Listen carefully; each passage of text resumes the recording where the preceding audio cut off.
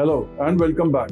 In last few weeks, I have received many mails and DMs where many of you wanted to understand the business model of IPL, the Indian Premier League. This is a cricket league, as you must be knowing. So in line with these frequently asked questions, I have made today's video where we can understand what is the business model of this IPL. If an individual desires to acquire one of the teams at IPL, they have two avenues available to them. The initial option involves engagement and discussions with the current owners of IPL teams for their shares and equity. Alternately, one may await the announcement from BCCI regarding incorporation of one new team or couple of new teams. In this video, let us understand the entire business structure of IPL and how it operates. And do consider subscribing this channel if the subjects of business management and strategy are of interest to you. Objective of making these videos is solely to help you achieve success and profits in your business. Let us now move forward and explore our today's topic of what is the business model of IPL, and we begin our exploration journey with criteria for new team formation in the BCCI. It is crucial to note that mere financial stability or strength does not guarantee the formation of a new team.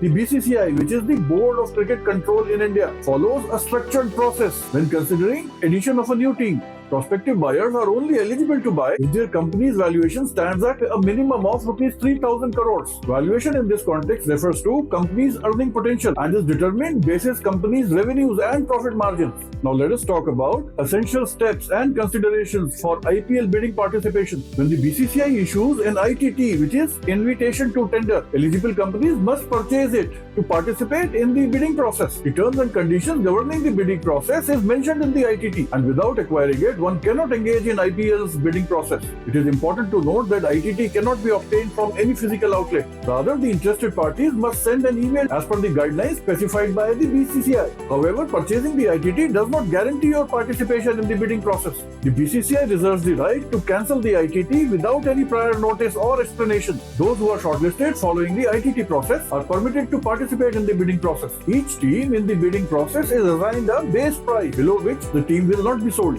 Subsequently, the bidding process takes place and the highest bidder secures the team. Upon acquiring a team, the subsequent steps entails the acquisition of players. The process involves conducting bids to determine which players will be involved. However, prior to participating in the bidding process, the players are required to register themselves. In the context of cricket, registration does not automatically occur by mere interest expressed by the individuals. Rather, the players must adhere to one of the three designated processes. The first category comprises of the capped players, denoting the players who have represented India in at least one of the matches. The second category encompasses the players from foreign countries, while the third category is the uncapped players. The responsibility of forwarding these players lies with the respective state associations. Typically, there exists a substantial pool of candidates ranging from approximately 1100 to 1500 players, from which a select group of 5 to 600 players are shortlisted. It is imperative to prevent scenarios where teams strategizes to acquire player at a lower cost during the bidding, only to subsequently manipulate their participation. To mitigate such occurrences, players upon registration stipulate their base price, typically ranging from rupees 20 lakhs to 2 crores. Following this, the players relinquish all their control on the bidding process, ensuring a free and transparent system devoid of any undue influence. But how is fair and competitive balance ensured? The integrity and the excitement of the IPL would be compromised if the single team were to monopolize all talented players solely through their weight of financial resources. Hence, very stringent rules govern the bidding process to maintain fairness and competitive side of IPL's business model. These regulations stipulate that each team must comprise a minimum of 18 and maximum of 25 players, with no more than 8 foreign players each team allowed. Furthermore, all the teams operate in a predefined budget, commonly referred to as a purse, which carries a set limit. Within this financial framework, teams must organize and judicially assemble their teams ranging from 18 to 25 players, and then begins the bidding process with the auction of marquee players, signifying the prominent figures within the cricket realm. These players typically command a base price of rupees 2 crores, following which the bidding unfolds in the segmented groups, such as batsmen and bowlers. The meticulous selection of players is of paramount importance, prompting teams to leverage the capabilities of data science. Consequently, team invests very heavily on the expert proficient in data science and analytics, offering lucrative salaries to secure their expertise in player evaluation and strategic planning. Who were the most expensive players bought in the IPL of 2023?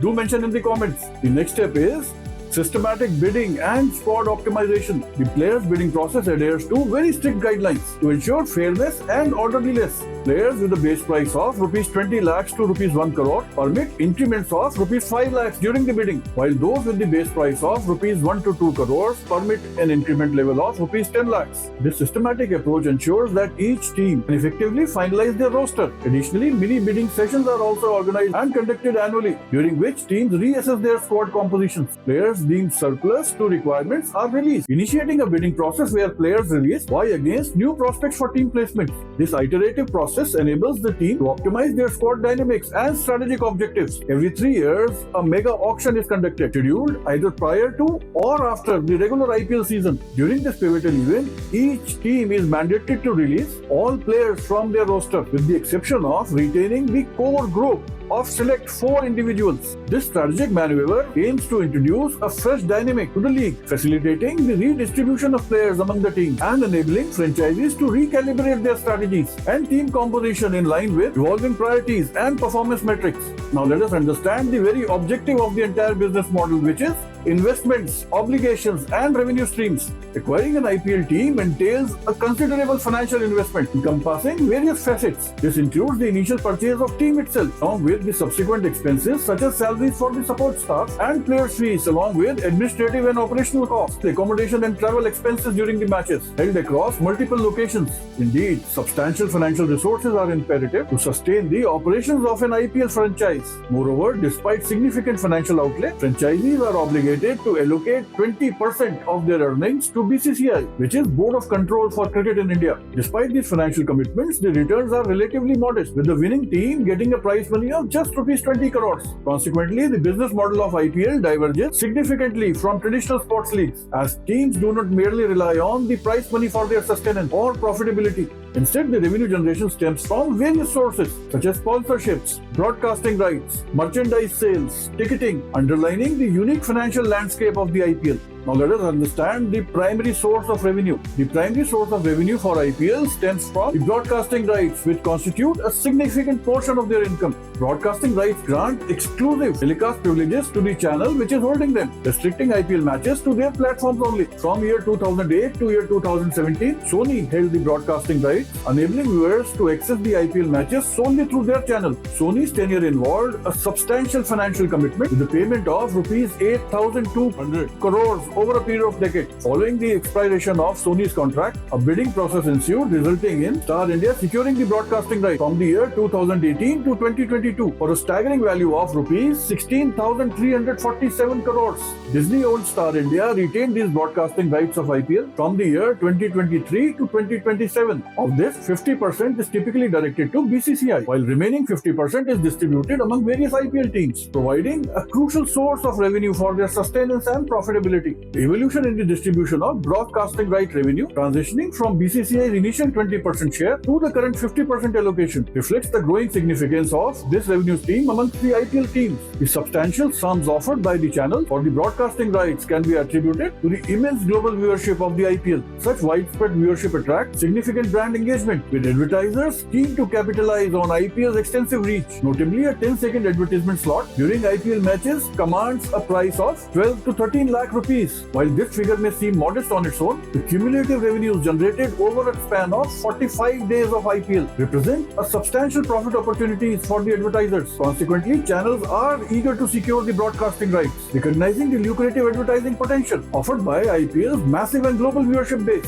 Do you remember on which channel did you watch IPL in the year 2023? Do mention in the comments. Let's see how much you remember about the IPL season 2023. Another form of sponsorship which is pretty substantial in the IPL tournament is the title sponsorship in the IPL. Title sponsorship represents another significant revenue stream in the IPL tournament. This sponsorship entails renaming the tournament to incorporate the sponsoring company's name alongside IPL. Over the years, various prominent companies have secured the title sponsorships by offering substantial money. From the year 2008 to 2012, DLF sponsored the tournament, paying rupees 200 crores to rename it as DLF IPL. Subsequently, Pepsi assumed title sponsorship from the year 2013 to 2015, contributing rupees 396 crores. Mobile phone manufacturer Vivo then secured the title sponsorship from 2016 to year 2022, offering a substantial sum of rupees 2,199 crores. However, due due to geographical tensions between China and India, Vivo sponsorship was replaced by Tata, who agreed to pay rupees 300 crores per year for the naming rights. The revenue generated from title sponsorships is divided, with 60% allocated to the BCCI and remaining 40% distributed amongst the IPL teams, contributing to their financial sustainability and operational viability. Another important IPL revenue stream is ticketing sales. The pricing of tickets for IPL matches is determined by the respective home team, regardless of the venue. On an average, the ticket sales amount to approximately rupees 5 crores per match. Of this revenue, 80% of the revenue is retained by the home team, while the remaining 20% is allocated to the respective ground association. Additionally, the brands seek to enhance their brand visibility by sponsoring various elements associated with different matches. This includes featuring logos or brand names on the players' jerseys, as well as prominent placements in the stadium itself, such as boundary ropes, wickets, helmets, bats, and even umpire attire. Teams receive financial compensation from these sponsorships, further bolstering their revenue streams. Team owners capitalize on the marketing potential of their players by arranging for them to endorse various products and services for external companies. These endorsements typically include team donning their players' jerseys, with the team owner receiving the compensation for facilitating these advertisement opportunities. Additionally, team owners often leverage their own brands and promotional endeavors, utilizing their players as ambassadors to their own ventures. Furthermore, each IPL team typically develops its own merchandise line encompassing items such as t-shirts, bats, kits, hats, gloves, and many other items branded with their team's insignia. These products are sold and marketed nationwide, with the proceeds accruing to the team owner, thereby augmenting their revenue stream. Do let us know in the comments if you have watched any of the IPL matches in the stadium in the year 2023. How much did you pay for the ticket? Now let us understand incentives and financial dynamics of the IPL performance. The distribution of prize money in the IPL offers additional incentives to the teams. The winning team receives a prize of rupees 20 crores, while the runner-up is awarded a prize money of rupees 13 crores. Of these amounts, 50% is retained by the team owners, with remaining 50% distributed amongst the players. Despite the BCCI share in overall revenue, teams are obligated to contribute 20% of their earnings to the board. Nevertheless, team owners are aggressively invested in their team's success, striving for victories or, at the very least, securing a top 4 finish. This is because the qualification to the top 4 entails additional matches translating into additional revenues from ticket sales, sponsorships, and overall revenue. Moreover, reaching the upper echelons of the tournament enhances the team's brand value, resulting in higher returns from advertising and sponsorship deals. The next aspect of IPL model is lucrative opportunities which have been created. But before we delve into this, please do subscribe to the channel if you have not done so till now. Researching these subjects and bringing these videos to you takes massive effort and hard work. Your subscription, which is free of cost, definitely motivates us to keep doing our work better. Another significant benefit for top 4 teams of IPL tournament is the opportunity to qualify for the Champions Trophy. This achievement not only involves additional matches but also amplifies the potential for profit. In the early years of IPL's inception, teams grappled with financial losses over the time span of the first decade itself. This period saw challenges such as Deccan Chargers' inability to meet the salary expectation and the obligations of the player, leading to their termination by the BCCI and subsequent formation of Sunrisers Hyderabad. Despite these setbacks, other teams persevered due to their established brands and associated products, leveraging their IPL platforms, elevating their stature. However, the landscape shifted dramatically when Star India secured media rights at significantly high rates, leading to a surge of profits of all IPL teams. This uptake in profitability was further augmented by escalating prices for title sponsorships and other advertising opportunities, underscoring the IPL's evolution into a lucrative enterprise for its stakeholders. The business model of IPL represents a multifaceted ecosystem characterized by strategic acquisitions, systematic bidding processes, and diverse revenue streams. The IPL's approach to teams formation, player acquisition, and financial dynamics underscores its commitment to fairness, sustainability, and competitiveness through stringent criteria of new team formation, systematic bidding procedures, and regulations promoting sport balance. The IPL ensures a level playing field for all its stakeholders. Moreover, the revenue generation through broadcasting rights, title sponsorships, and ticket sales, along with merchandise sales, further solidifies IPL's long-term viability and financial success. The league's evolution from initial challenges to becoming a profitable venture highlights its resilience and adaptability in dynamic landscape of professional spots. Ultimately, the IPL offers to contribute lucrative opportunities for team owners, players, advertisers, and viewers alike, cementing its position as a premier cricketing tournament globally. With this, I conclude the session of IPL's business model, and I hope through this video you had a detailed understanding of IPL's business model. In case of any queries, either you can mention them in the comments or write to me on my mail ID, and I will personally revert back to you. Be inspired, keep building.